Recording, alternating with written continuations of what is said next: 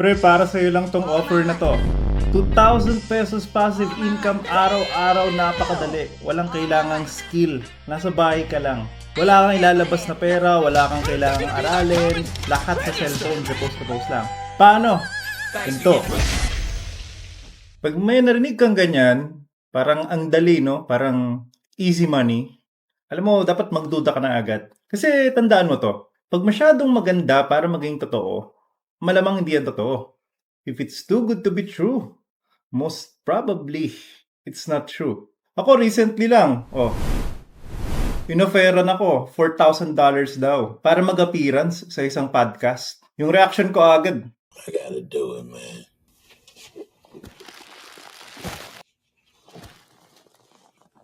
pero pagkatapos ng sandaling ilusyon ko, napaisip agad ako. Sabi ko, wait lang, $4,000 bibigyan ako. Sino ba ako para bigyan ako ng $4,000? Ayun, mabilis ang search sa Google, mabilis ang pagtatanong kay ChatGPT kung merong ibang mga same scenario, same cases.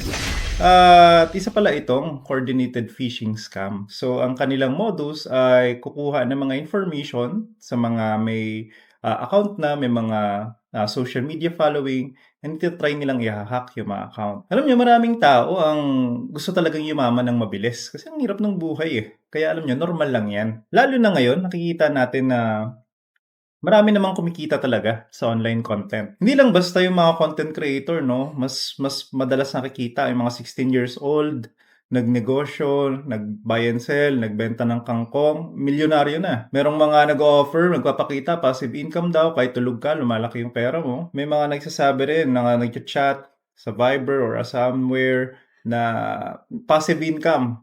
Napakadali ng trabaho. Kaso dahil nga sa gusto nating umangat sa buhay at ang hirap umangat sa buhay, minsan bumababa yung pagiging critical natin. Yan yung delikado. Diyan pwedeng maging oportunista yung iba. Kasi maraming scam, pyramid and Ponzi scheme, fake gurus at manipulation na nagsisimula sa pangako ng madaling pera. Isipin mo, kung sobrang dali kumita ng milyon nang wala kang ginagawa, bakit kailangan kanilang bentahan nung ideyang yon? Dapat kumita na sila, dapat nananahimik na sila.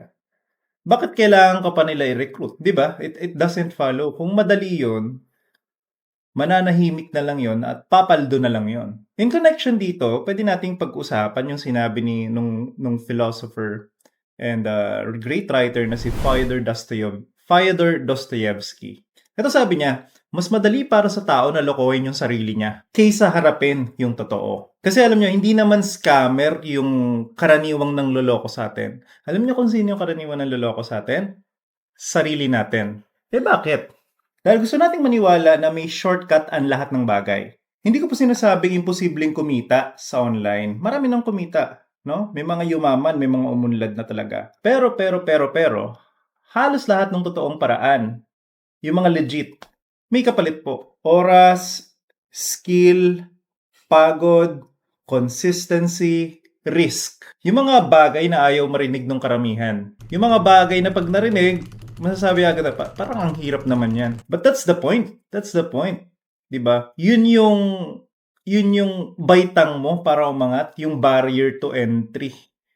Kung madali yan para sa lahat, mawawala ng value yun. Kaya maging critical. Huwag maniwala sa mga taong confident lang magsalita. Huwag din agad maniwala basta pinakitaan ka ng sports car, yung mga bundle-bundle na pera. For show lang yun. Kasi hindi lahat ng successful ay successful talaga. Sa panahon ngayon, ang pinaka-importanting survival skill ay critical thinking, pagiging critical. Kasi hindi lahat ng opportunity ay opportunity. Alam niyo yung iba dyan? Paen na nakakamouflage bilang solusyon sa problema mo. Kaya kaibigan, always be critical.